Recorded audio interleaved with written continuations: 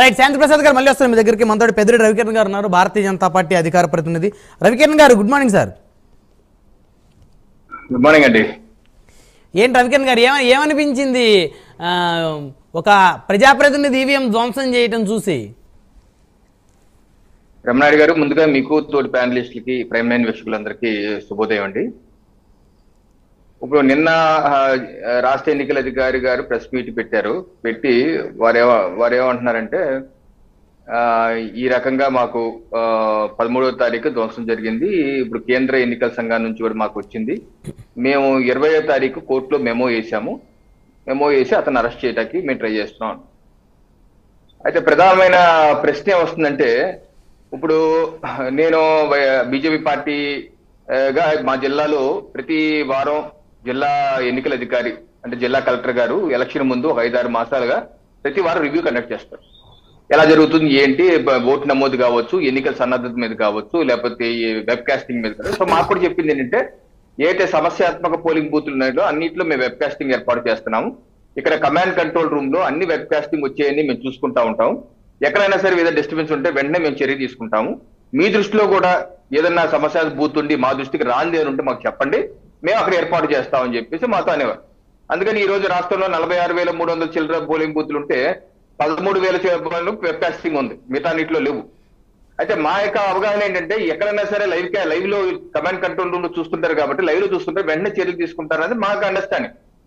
21వ తారీఖు సాయంత్రం ఏదైతే వీడియో బయటకు వచ్చిందో అది చూసినాక నిర్గాంతపోయాం. ఎందుకంటే 13వ తారీఖు సిఇఓ గారు, రాష్ట్ర ఎన్నికల అధికారి గారు ప్రెస్ మీట్ పెట్టి రాష్ట్రంలో 11 ఈవీఎంలు ధ్వంసమయ్యాయి, ఆ 11 ఈవీఎంలు ధ్వంసం చేసిన వాళ్ళు గుర్తు తెలియని వ్యక్తులు అన్నారు ఆయన.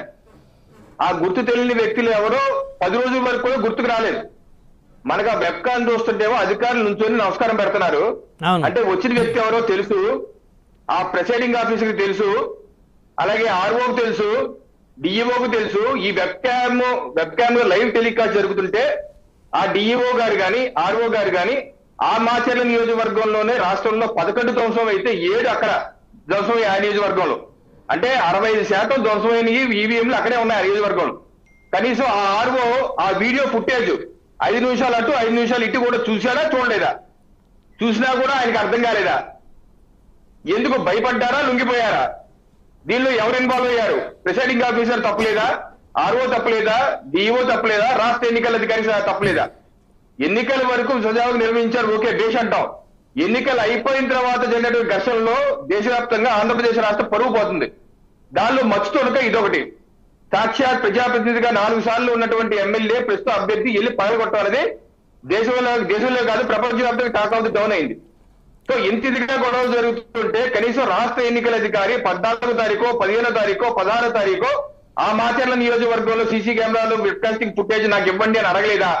వాళ్ళ సిబ్బంది ఎవరు దాన్ని చూడలేదా? 20వ తారీఖు వరకు ఆ వ్యక్తి ఎవరో, ఎమ్మెల్యే ఎవరో మీకు తెలవలేదా? తెలవలేదంటే మీరు నమ్మటానికి ప్రజలు సిద్ధంగా ఉన్నారా? మరి అప్పుడు దాకా లేదు, ఇప్పుడు ఎందుకు బయటకు వచ్చింది అంటారు? ఎలా అంతా బయటకు రానివ్వండి, అది కూడా ఇన్వెస్టిగేషన్ చేయనివ్వండి, నాకు ఇబ్బంది ఏం లేదు. మిగతాయి కూడా బయట పెట్టండి. నేను చెప్పే పాయింట్ ఏంటంటే, రాష్ట్రాల ఎన్నికలు నిర్వహించిన ఎన్నికల వ్యవస్థ వైఫల్యం, ఘోర వైఫల్యం. ప్రజాస్వామ్యవాదులందరూ మీరు నిర్వహించిన ఎన్నికల మీద నమ్మకం పోయే పరిస్థితులు ఏర్పడింది. ఎందుకంటే సాక్షాత్ ఎమ్మెల్యే 4 సార్లు ఎమ్మెల్యేని మీరు గుర్తుపట్టలేదు, 10 రోజుల వరకు మేము కేసు పెట్టలేదు, సిట్ అధికారులు వచ్చేంత వరకు మాకు తెలియదు అన్నారంటే ఏ స్థాయిలో మీరు కుమ్మక్కయ్యారు? నిజంగా మీరు ఫ్రీ అండ్ ఫెయిర్ ఎలక్షన్ నిర్వహించారా లేదా అన్నది ఒకసారి మీరు ఆత్మ పరిశీలన చేసుకోవాలి. రాష్ట్ర ఎన్నికల అధికారి బేషరతుగా బయటకు వచ్చి వాస్తవాలు, నిన్న కూడా నీళ్లు అవుతున్నారు, ప్రెస్ వాళ్ళు అడుగుతుంటే సమాధానం చెప్పలేకపోతాడు ఆయన. సరిగ్గా చెప్పాలి సమాధానం. ఇది ప్రజాస్వామ్యం. ఎన్నికల అధికారి సమాధానం చెప్పండి. మొత్తం 11 ఈవీఎంలో ధ్వంసం చేసి వీడియో ఫుటేజ్ బయటకు పెట్టండి. ఎవరు చేశారు వాళ్ళ మీద ఈ 10 కేసులు. ఇప్పుడు కూడా స్పందించింది కేంద్ర ఎన్నికల అధికారి స్పందించారు కాబట్టి స్పందించారు. రాష్ట్ర ఎన్నికల అధికారి వారంతో వాళ్ళు స్పందించలేదు. కేంద్ర ఎన్నికల అధికారి లోకేష్ గారి ట్వీట్ ని ఆ లెటర్ లో మెన్షన్ చేస్తూ రాత్రి 9:22 రాత్రి 9:21 రాత్రి 9:17 PM కి పోస్ట్ చేశారు. దీని అనుగుణంగా అతను ఎమ్మెల్యే అట, ఆయన ఎమ్మెల్యే అవునా కాదా, అయితే ఎఫ్ఐఆర్ బుక్ చేశారు లేదా, జైల్లో పెట్టారు లేదా, పెట్టకపోతే పలానా టైంలో జైలు పెట్టి మాకు ఇన్ఫార్మ్ చేయమన్నారు. ఇంత ఇదిగా ఇన్స్ట్రక్షన్స్ ఇస్తే కానీ రాష్ట్ర ఎన్నికల అధికారి కదలలేదు. రాష్ట్ర ఎన్నికల తనంతటిగా దానికి చేసిన పని కాదు ఇది. ఎందుకు చేయట్లేదు మీరు? ప్రజాస్వామ్యం, రాజ్యాంగం మీకు అవకాశం కలిపి, ముఖ్యమంత్రిని పక్కన పెట్టిందే రాజ్యాంగం, ప్రధానమంత్రి రాజ్యాంగం పక్కన పెట్టిందే, మీకు అవకాశాలు ఇచ్చిందే, మొత్తం చూడమని నిష్పాక్షంగా చేయమన్నారే. మరి ఈ రోజు మీరు ఆ రకంగా చేయటం, అపహాస్యం కలిగించడం, ప్రజాస్వామ్యవాదులకి మీ మీద ఎలక్షన్ వ్యవస్థ మీద నమ్మకం పోయే విధంగా చేయటం, ఒక రాజకీయ పార్టీలు అలా అంటాం ఇలా అంటాం. ఓకే, మీ థర్డ్ ఎంపైర్ గా మిమ్మల్ని పెట్టారు కదా. అవును, 13వ తారీఖు నుంచి 22వ తారీఖు వరకు మీకు తెలవలేదు ఆయన ఎవరు అనేది. మిగతా వెబ్ క్యామ్ ఫుటేజీల్లో మీకు తెలిసిందా ఎవరో అనేది?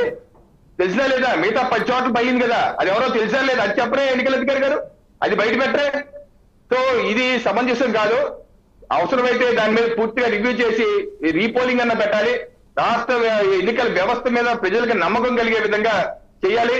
ఇంత ఇదిగా బాగా ఎవరో థర్డ్ పార్టీ పర్సన్ తెలియని వ్యక్తి వచ్చి ధ్వంసం చేశారంటే బ్రహ్మనాయుడు గారు అనుకో, సాక్షాత్ ఎమ్మెల్యే వచ్చేసి అధికారుల నుంచి సెల్యూట్ కొడుతుంటే అతను ఎవరో నాకు తెలియదు అన్నది. ప్రిసైడింగ్ ఆఫీసర్ నుంచి డిఈఓ నుంచి రాష్ట్ర ఎన్నికల అధికారి మాకు ఎవరో తెలియదు. రాష్ట్ర ఎన్నికల తెలియదా అండి? పిల్లల రామకృష్ణారెడ్డి ఎవరో ఆయనకి తెలియదా? ఆయన మీద కూడా బాధ్యత లేదా? ఫుటేజ్ పిలిపించుకొని ఎంత గొడవలు జరుగుతున్నాయే, ఏ 16వ తారీఖు 17వ తారీఖు అని పిలిపించుకు చూసారా ఆయన ఏమన్నా? లేదా వాళ్ళ సిబ్బందితో చూపించారా? అసలు కమాండ్ కంట్రోల్ సెంటర్ ఏమైంది? డిఈఓ కార్యాలయంలో అన్ని వెబ్ క్యామ్లు ఎందుకు పెట్టారు? అసలు డబ్బులు వేస్ట్ ఎందుకు చేస్తున్నారు? మీరు చర్యలు తీసుకున్నప్పుడు డబ్బులు పెడుతున్నారు. ఇంకో విషయం రవికిరణ్ గారు, ఇక్కడ వైకాపా నేతలు కానీ లేకపోతే పిన్నెల్లి గారికి సంబంధించినటువంటి వ్యక్తులు కానీ అనుచరులు కానీ చెప్తుంది ఏంటంటే, ఆయన జిల్లా అధికారులకి అనేక సార్లు ఆయన ఫోన్ చేశారు, ఇక్కడ రిగ్గింగ్ జరుగుతూ ఉంది, ఎలక్షన్ సజావుగా జరగటం లేదని అనేక సార్లు ఫోన్ చేసినప్పుడు ఇక్కడ వాళ్ళు ఎవరో కూడా స్పందించలేదు, రెస్పాండ్ అవ్వలేదు అని చెప్పేసి మాట్లాడుతున్నారు. సో ఆ ఆవేశంలో ఈఎంని ధ్వంసం చేశారనేది వారి యొక్క సమాధానం. బ్రహ్మనాయుడు గారు, దీనిలో అర్ధ సత్యం ఉంది, అర్ధ సత్యం సగమే నిజం ఉంది. ఎందుకంటే 14/5/2024 సాక్షి పేపర్ లో పల్నాడు జిల్లా ఎడిషన్ లో వచ్చినటువంటి సాక్షి పేపర్ లో వచ్చినట్టు కవరేజ్, దీనిలో ఆ పాల్వాయి గేట్ గ్రామంలోనే బూత్ నెంబర్ 2002 అయితే 2001 ఉన్న గ్రామంలోనే ఏది పిన్నెల రామకృష్ణారెడ్డి గారు ప్రెస్ తో మాట్లాడారు. ఇది ప్రెస్ తో మాట్లాడారు. ఇది ఆ క్లిప్పింగ్ 14వ తారీఖులో సాక్షి పేపర్లో వచ్చింది. దానిలో పిన్నెల రామకృష్ణారెడ్డి ఏమన్నారంటే, పాల్వాయి గేట్ గ్రామంలో వైసీపీ ఓటర్లు ఓటు హక్కు వినియోగించుకోకుండా టీడీపీ వర్గీయులు అడ్డుకోవడంతో రామకృష్ణారెడ్డి గారు గ్రామానికి చేరుకునే విషయాన్ని అధికారులు తీసుకువెళ్లారు. అలాగే ఇలాగా టీడీపీ బయటెగించి చేస్తుందని ఈ విషయాన్ని జిల్లా కలెక్టర్ కి నియోజకవర్గ రిటర్నింగ్ అధికారులకి సుమారు 70 సార్లు ఫోన్ చేశారు, అయినా స్పందించలేదు అని ఈ పేపర్ లో రాశారు. అంటే మీరు చెప్పింది దాంట్లో సగం నిజం ఉంది, సగం అబద్ధం ఏంటి? రిగ్గింగ్. వైసీపీ ఓటర్లు వస్తుంటే అడ్డుకుంటున్నారని ఆ రోజు ఆయనే చెప్పాడు, పేపర్ లో వచ్చింది. ఈ రోజు కొత్తగా యాడ్ అయింది రిగ్గింగ్. రిగ్గింగ్ వేరు, బయట అడ్డుకుంటాం వేరు. రిగ్గింగ్ అంటే లోపల చేసేది వేరు కదా. సో ఎక్కడ ఆయన నేను ఈవీఎంలు పాల్గొట్టాను కోపం వచ్చి చెప్పలేదు చూడండి. మరి అంటే మళ్ళీ అది బయటపడితే కేసు అవుతుంది కదా అనే ఉద్దేశంతో ఆ అంశాన్ని ప్రస్తావించలేదు ఇక్కడ.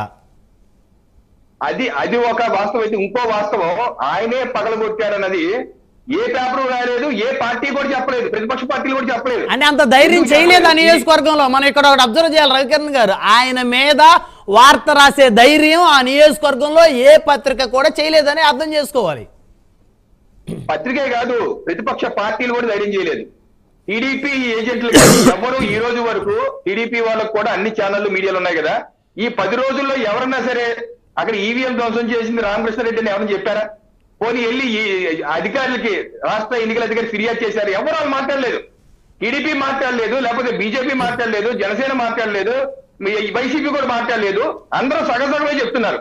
అంటే దీనిలో కాన్స్పిరసీ ఉంది, దీనిలో కొంత అందరూ కుమ్మక్కైన వాతావరణం కూడా కనబడుతుంది. ఏ రకంగా ఎన్నికల ముందు డబ్బులు పంపిణీలో అంతా బాగా డబ్బులు పంపిణీ జరిగింది, ఎవరి దగ్గర ఒక కంప్లైంట్ రాలేదు, ఎవరో ఏ పార్టీ కంప్లైంట్ చేయలేదు, అందరూ చేసేదే కదా అది రవికిరణ్ గారు. అందుకని ఇక్కడ కూడా జరిగింది. ఇక్కడ కూడా మీడియా కూడా ప్రొజెక్ట్ చేయలేదు, పార్టీలు కూడా ప్రొజెక్ట్ చేయలేదు. ఫైనల్ గా ఏమైంది? ప్రజాస్వామ్యం కూనే పరిస్థితి ఏర్పడింది. నేను వాళ్ళు కూడా ఇంకొక వీడియో అప్లోడ్ చేస్తారు. 2019లో వేరే చోట జనసేన అభ్యర్థి ఈవీఎం పాల్గొట్టాడు అని చెప్పి చూపిస్తున్నారు. ఆ రోజు నందికొట్కూరు ఏదో నియోజకవర్గం, అక్కడ అతను పగలగొట్టినప్పుడు వెంటనే అరెస్ట్ చేశారు పోలీసులు. అరెస్ట్ చేశారు, అది వైసీపీ సోషల్ మీడియాలో తిరుగుతుంది, అది కూడా జనసేన వాళ్ళు చేశారని. చేస్తే అతను అరెస్ట్ చేశారు. మరి ఈ రోజు పగలగొట్టిన అతన్ని 10 రోజుల తర్వాత ఎందుకు అరెస్ట్ చేయలేదు? 20 రోజుల వరకు బంధువుల ఇంట్లో ఉన్నట్టు ప్రశాంతంగా ఆయన ఇంట్లోనే ఉన్నాడు కదా. పిన్నెల రామకృష్ణ ఎక్కడికి పారిపోలేదు, 20వ తారీఖు వరకు అక్కడే ఉన్నారు కదా. మరి 13 నుంచి 20 వరకు ఈవీఎం పాల్గొట్టిన విషయం అంత పెద్ద దారుణమైన ఘటన అని మీకు తెలుసు కదా. తెలిసినప్పుడు 20 తారీఖు వరకు ఎందుకు అరెస్ట్ చేయలేదు? 21 సాయంత్రం 6 తర్వాత ఆయన ప్రెస్ ముందుకు వచ్చి నన్ను పోలీసులు వెళ్ళిపోమంటే వెళ్ళిపోయాను కానీ 2 గంటల్లో వచ్చేస్తాను. ఎవరా పోలీసు వెళ్ళిపోమంది మిమ్మల్ని? ఎవరో మీకు చెప్పారు వెళ్ళిపోమని. ఇంకోటి రవికిరణ్ గారు, అక్కడ కూడా వైసీపీ శ్రేణులు ఎక్కడ కూడా రామకృష్ణారెడ్డి గారిని ఎక్కడ తప్పుపట్టలేదు. పల్నాటి పులి అని ఆయనకి ఇప్పుడు కొత్తగా ఒక బిరుదు కూడా ఇచ్చారు. సోషల్ మీడియాలో అది బీభత్సంగా సర్క్యులేట్ అవుతుంది. వైఎస్ఆర్సీపీ వాళ్ళందరూ కూడా పిన్నెల రామకృష్ణారెడ్డి గారి ఫోటో పెట్టి పల్నాటి పులి ఈజ్ బ్యాక్, వచ్చిన తర్వాత ఒక్కొక్కటి సంగతి తెలుస్తామని చెప్పేసి కూడా రకరకాలుగా వార్నింగ్లు ఇస్తున్న పరిస్థితి కూడా, ట్రోలింగ్స్ కూడా కనపడతా ఉన్నాయి.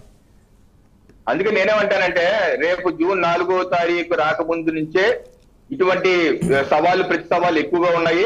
తప్పనిసరిగా రాష్ట్ర ఎన్నికలు ఇప్పటికన్నా సరే తేరుకొని కట్టుదిట్టమైన ఏర్పాట్లు చేసి అవసరమైతే చాలా మంది హౌస్ అరెస్ట్ చేసి కూర్చోబట్టి రాష్ట్రంలో శాంతి భద్రతలు కాపాడండి. ఇప్పటికే దేశంలో అలర్పాలైపోయారు. ఆంధ్రప్రదేశ్ ప్రజలు, తెలుగు వారిని ప్రగతిశీల ప్రజలుగా దేశవంతంగా అనుకుంటారు. కానీ గత 10 రోజులుగా మీరు